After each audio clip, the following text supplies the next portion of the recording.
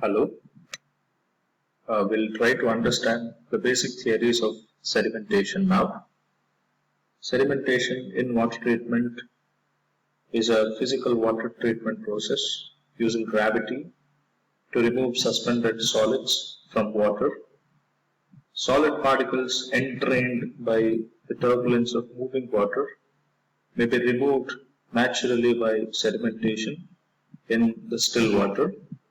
Sedimentation is the process of allowing particles in suspension in water to settle out of the suspension under the effect of gravity.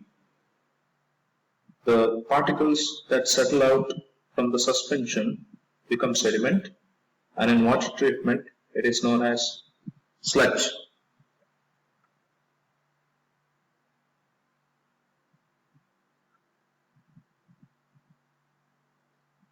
Here, the solid liquid separation process in which a suspension is separated into two phases. The clarified supernatant leaving the top of the sedimentation tank, which is also known as overflow, and the concentrated sludge leaving the bottom of the sedimentation tank, which is also known as underflow. And the theoretical average time for which the water is detained in the settling tank is called detention period. I hope all of us are aware of the diagram which is given here. If suspension is allowed for a time, you will have these types of arrangement of waters in the suspension in a measuring jar.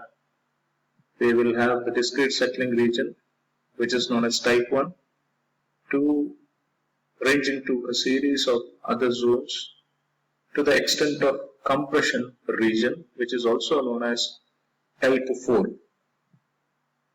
Further, we have seen certain types of sedimentation tanks. Basically, we have horizontal flow tanks and vertical or upper flow tanks. The horizontal flow tanks are further classified as rectangular tanks with a longitudinal flow and circular tanks with a radial flow with a central feed. And we also have vertical or upper flow settling tanks. Whenever we refer to any sedimentation tank, the plain sedimentation tank specifically, we can identify certain zones: inlet zone, outlet zone, settling zone, and sludge zones. And we define or we explain all these things with reference to these four particular zones. When it comes to the long rectangular settling basin, we have an inlet. We have an hopper type of arrangement here, and we have scrapers, which we call it as sludge scrapers, and we have a weir, we call it as outflow weir. So the outlet, somewhere here we have inlet, the sludge zone, and the settling zone. When it comes to circular settling tank, this is kind of a central feed circular settling tank. We have truss type of blades of scrapers, and on the periphery, the water, clarified water, will be collected. Moving on to some more types, some more examples. The first one is the example for the long rectangular type of a tank, and the second one is for the circular tank. Now, when it comes to the long rectangular tank, the cross section of a long rectangular tank will always say something related to the inlet zone, settling zone, outlet zone, and sludge zone. We have an inlet. This is the arrangement to take out the sludge, and we'll have the outlet. Now we will try to understand the concept of SO and VO later. But try to understand there is the length which is given to the settling tank. There is also the depth in terms of H, which is measured always. There is a slope.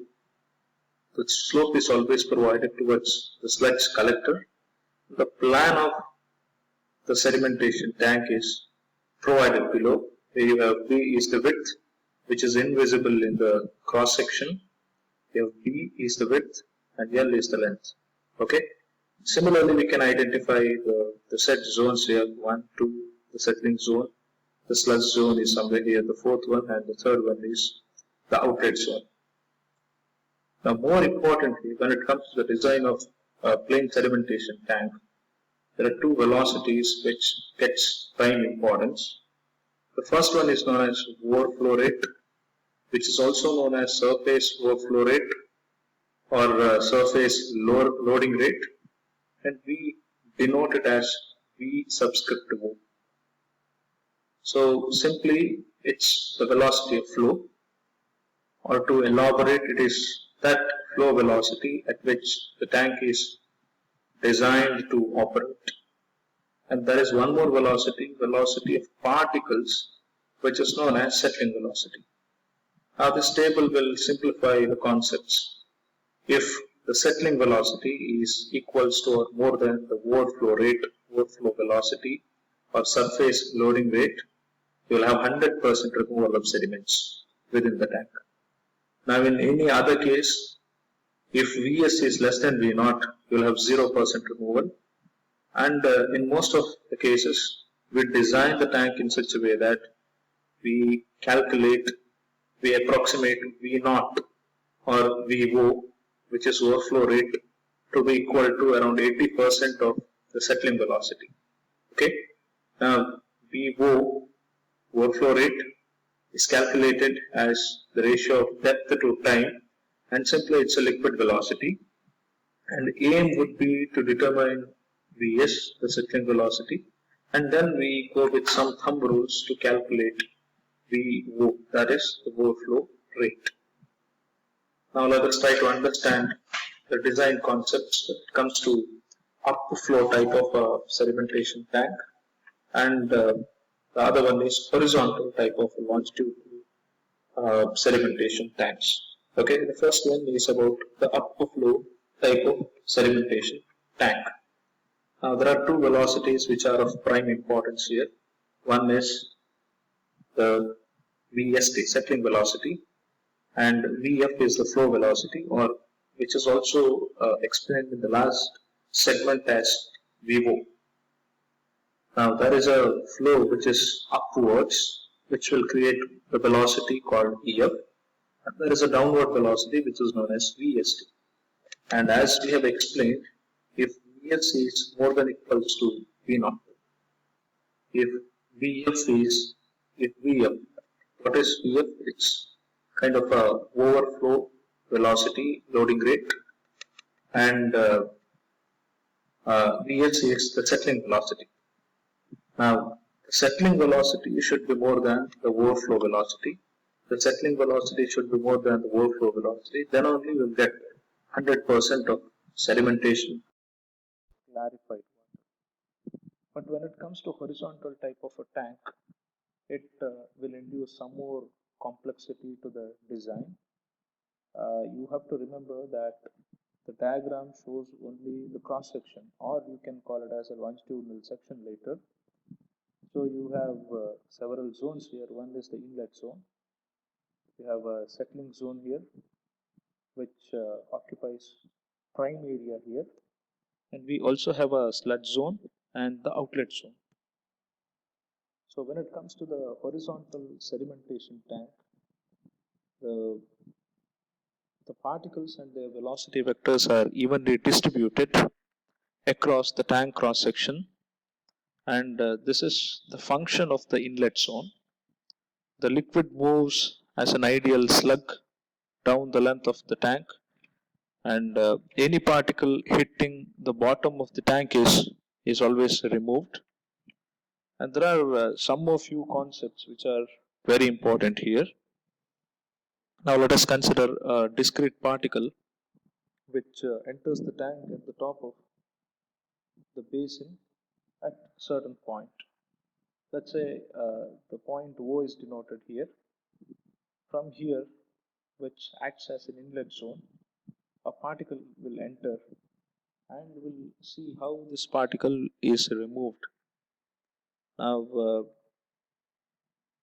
Such a particle will have a horizontal flow velocity which is Vh, and the vertical velocity as Vs. Okay.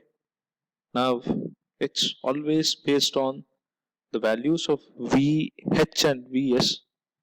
We judge the particle to be at the outlet zone or removed or as a sludge. Okay. So the particle entering at the top of the tank is removed whenever you have the velocity component Vh is more than Vsc. Okay. Now there is also one more part. So the first one is that it moves in this way, perfectly diagonal way. It hits to somewhere this point. Now the other fashion which is possible is this one.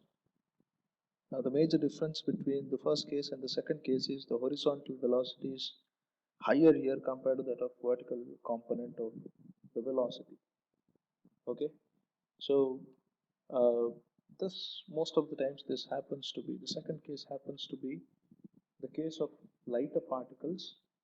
The particle entering at the top of the tank would not have reached the bottom of the tank and gone out in the outlet zone as shown in this diagram. It directly goes to the outlet zone rather getting to the sludge zone, and that's how two types of particles can be taken out, either in terms of being considered under sludge zone or at the outlet zone. Okay. Now the next segment of this video will showcase about something called coagulant aided sedimentation. So there is something called coagulant, which is a chemical uh, uh, solution which is added, and it forms something called flocks. There is something called flocculation, and the resultant of flocculation can be seen either as a precipitate or a heavy sludge which is always settled at the bottom.